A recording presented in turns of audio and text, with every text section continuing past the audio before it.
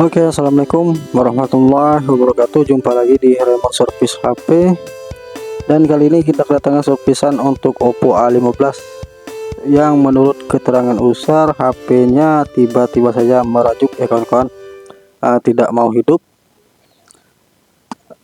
hidup sebentar lalu mati lagi ya kawan-kawan. Jadi untuk solusi ini kita langsung saja untuk ke tahap pengecekannya ya kawan-kawan. Jadi untuk angka pertamanya kita cek dulu di bagian tombol, kita pastikan dulu tombolnya tidak short ya kawan-kawan. Apabila sudah dipastikan tombolnya bagus, tidak short, langkah kedua kita cek di bagian baterai, apakah terjadi short juga di bagian dioda ataupun resistornya ya kawan-kawan. Apabila normal juga, barulah kita pengecekan di IC sinyal ya kawan-kawan. Apabila terjadi short di IC sinyal, maka bisa juga mengakibatkan menjadi hidup sebentar lalu mati ya kawan-kawan. Jadi sebenarnya ada 4 faktor ya kawan-kawan. Pertama, dia di tombol on off, yang kedua di baterai, yang ketiga di IC sinyal, dan yang terakhir biasanya harus di plus atau di upgrade ya kawan-kawan, atau juga bisa di plus total atau factory reset bisa juga ya kawan-kawan. Biasanya kerusakan terjadi di bagian softwarenya ataupun bisa juga di hardwarenya ya kawan-kawan. Jadi untuk langkah-langkahnya kita harus cek untuk langkah pertama, kedua, dan ketiga, dan ke langkah akhir ya kawan-kawan. Jadi untuk solusinya seperti itu.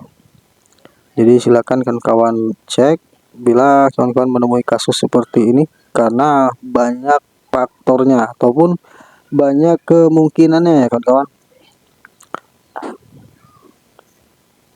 Jadi kita buka dulu untuk bagian bezel ini, bongkar semua baut dulu.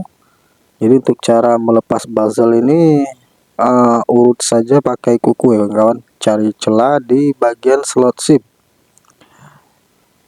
Oke, di sini karena sudah sering aku temui, maka langsung saja aku pengecekan di bagian baterai saja ya kawan-kawan, karena lebih memungkinkan terjadi short di bagian baterai ya kawan-kawan.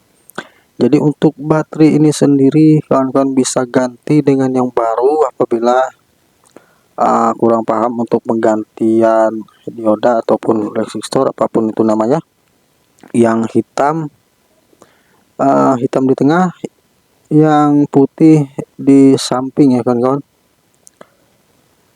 Nah ini kita bongkar dulu untuk bagian lakbannya. Nah disitu ada yang warna hitam yang berseri D, bisa juga berseri VLK ya kawan-kawan, dan bisa juga berseri Q. Jadi tergantung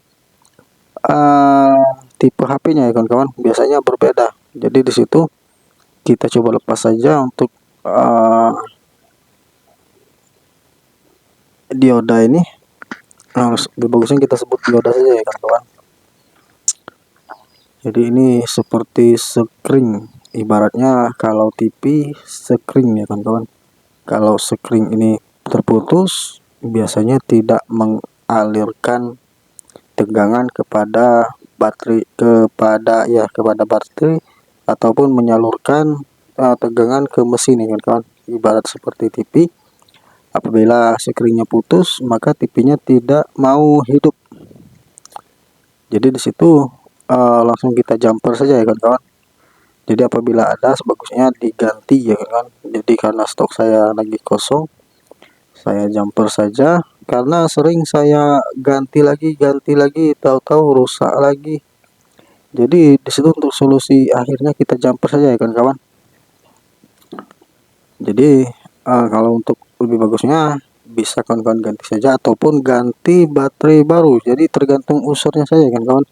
Tergantung juga bawaan baterai ini. Kalau bawaan baterai ini ori, sebaiknya diganti saja. Jadi kalau baterainya KW, ya diganti baru saja ya kan kawan, bisa juga.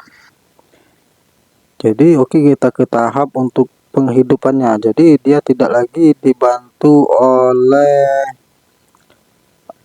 charger ya kan kawan, dia bisa berdiri sendiri tanpa dibantu oleh charger. Biasanya dia harus dibantu oleh charger kalau dihidupkan. Jadi ini tidak perlu lagi, berarti menandakan HP-nya sudah normal ya kan kawan. Jadi untuk langkah keduanya coba kita cek untuk bagian foto ya kan kawan, ataupun buka kamera, hidupkan lampu flash. Biasanya kalau masih terjadi short, maka ketika kita foto HP-nya langsung mati. Jadi flashnya kita hidupkan dulu untuk memastikan saja ya kan kawan, agar tidak terulang kedua kalinya.